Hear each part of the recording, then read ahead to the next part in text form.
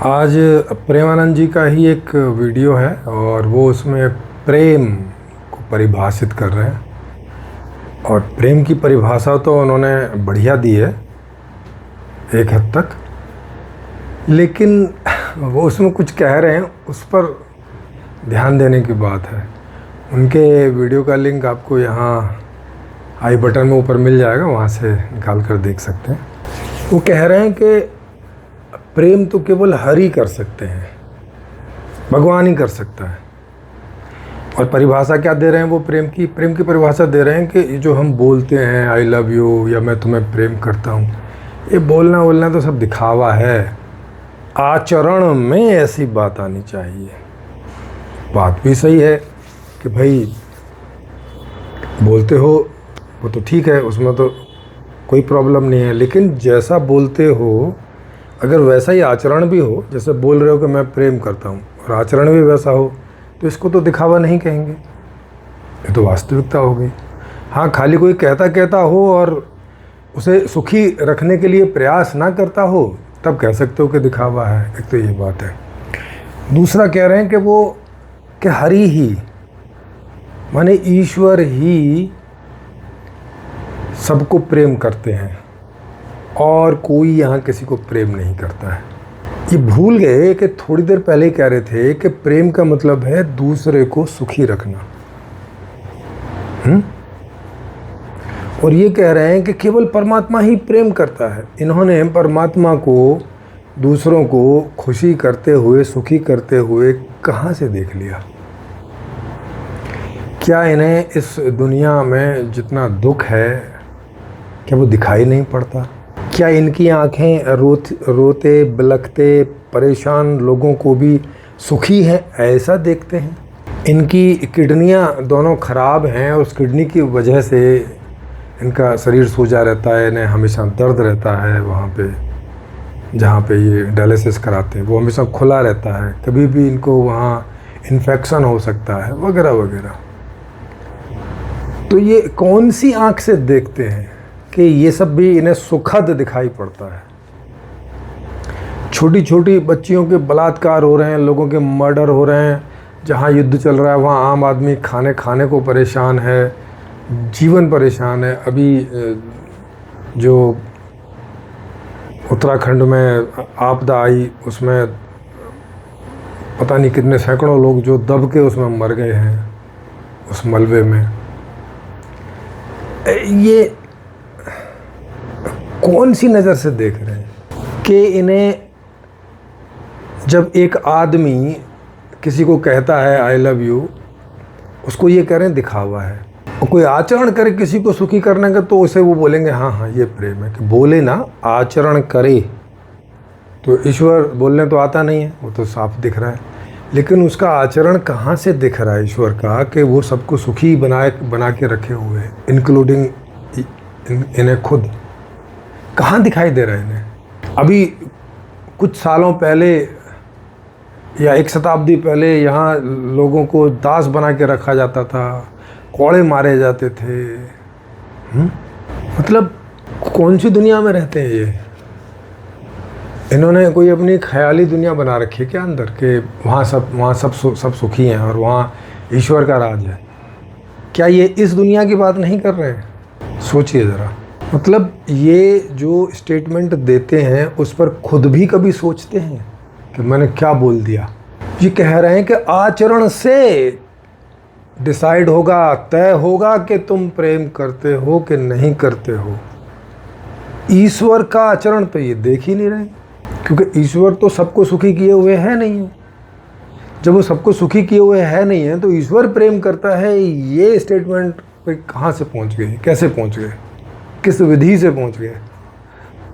सोचने वाली बात है। और इनके सारे स्टेटमेंट ऐसे ही होते हैं।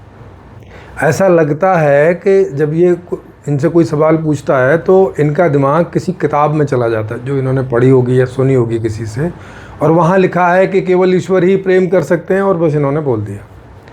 ना इन्होंने उसे तब चेक किया था जब वो सुना था या पढ़ा था, और ना अब चेक कर रहे हैं जब ये उसे दोहरा रहे हैं। और हमारे भारत की ये क्या कहें, दुर्भाग्य बोलें इसे, दुर्भाग्य ही है एक तरह का,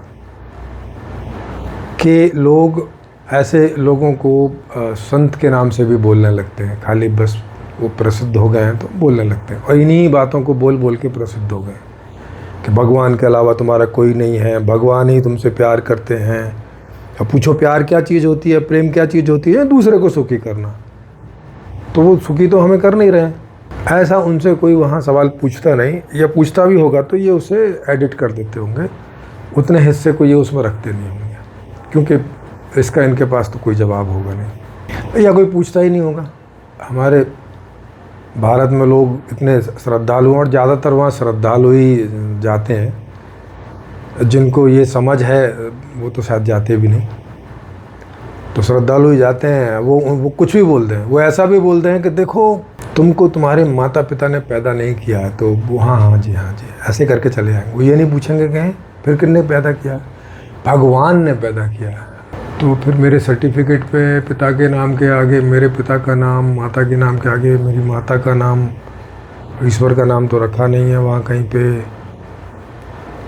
ऐसा तर्क वर्क नहीं चलता है, बस सुन के मान के आ जाते हैं ऐसे ही। जैसे विराट कोहली और अनुष्का वहाँ पे गए थे, तो उनको इन्होंने, मैंने उस वीडियो की भी समीक्षा की है, तो उनको इन्होंने उपदेश दिया कि देखो ये सब तुम जो कमा रहे हो सब बढ़िया बढ़िया चल रहा है, बहुत पैसा कमा लिया है और बड़े मज़े में हो, इससे समझो कि आपके ऊपर ईश्वर की कृपा नहीं है। फिर खुद ही बता रहे हैं, उन्होंने पूछा नहीं कि भाई क्या है ईश्वर की कृपा, खुद ही बता रहे हैं कि अगर ईश्वर दुख दे, तुम्हारा सारा पैसा सारा यश छीन ले, तब समझो ईश्वर की कृपा होनी शुरू हो गई है। तो मतलब ईश्वर दुखी करता है, परेशान करता है, आपकी सुख सुविधाएं छीन लेता है, और तब ये कह रहे हैं वो है कृपा। तो अभी इस वीडियो में जैसे ये प्रेम कह रहे हैं, और प्रेम बता रहे हैं कि दूसरे को सुखी करना, और फिर कह रहे हैं कि ईश्वर ही सुखी कर सकता है। और उस वाले वीडियो में कह रहे थे कि ईश्वर वो है जो कृपा करता है, माने जो दुखी करता है, परेशान करता है, आपका यश, आपकी सुख सुविधाएं छीन लेता है, आपको सड़क पे ले आता है, आपकी ज़िंदगी नरक बना देता है, उसे ईश्वर उसमें बोल रहे हैं। और ये कभी एकांत में बैठ के ऐसा सोचते नहीं कि मैंने एक जगह बोला कि ईश्वर दुखी करता है, परेशान करता है, नरक बना देता है ज़िंदगी, और ऐसा करे तो कहो कि हाँ ईश्वर की कृपा है। और फिर अभी बता रहे हैं कि ईश्वर ही, केवल ईश्वर ही तुम्हें सुखी करता है और सुखी रखता है, और सामने देख रहे हैं कि ऐसा रखे हुए तो है नहीं है, क्योंकि खुद ही बता रहे हैं दूसरे वीडियो में कि अगर उसे कृपा करनी है तो उसे वो आपको दुखी करेगा, माने प्रेम नहीं करेगा। फिर कह रहे हैं कि ईश्वर ही प्रेम करता है। तो ये तो ईश्वर को फिर आदमी जैसे बना दे रहे हैं कि कभी आदमी प्रेम करता है और कभी नहीं करता है। तो फिर ईश्वर भी मतलब कभी प्रेम करता है और कभी प्रेम नहीं करता है, माने कृपा करता है। और कृपा करना मतलब प्रेम करना नहीं, और प्रेम करना मतलब कृपा हटा लेना। क्या बोले जा रहे हैं ये? कहीं ईश्वर होगा और वो सुनता होगा तो वो सोचता होगा कि मेरे कैसे कैसे नादान जैसे प्रवक्ता मेरे हैं जो मेरी ओर से बोलते हैं, और क्या क्या बोलते रहते हैं मेरे बारे में। तो मुझे ऐसा समझ में आ रहा है कि मैं जो कहना चाह रहा हूँ आप समझ गए होंगे इस बात को।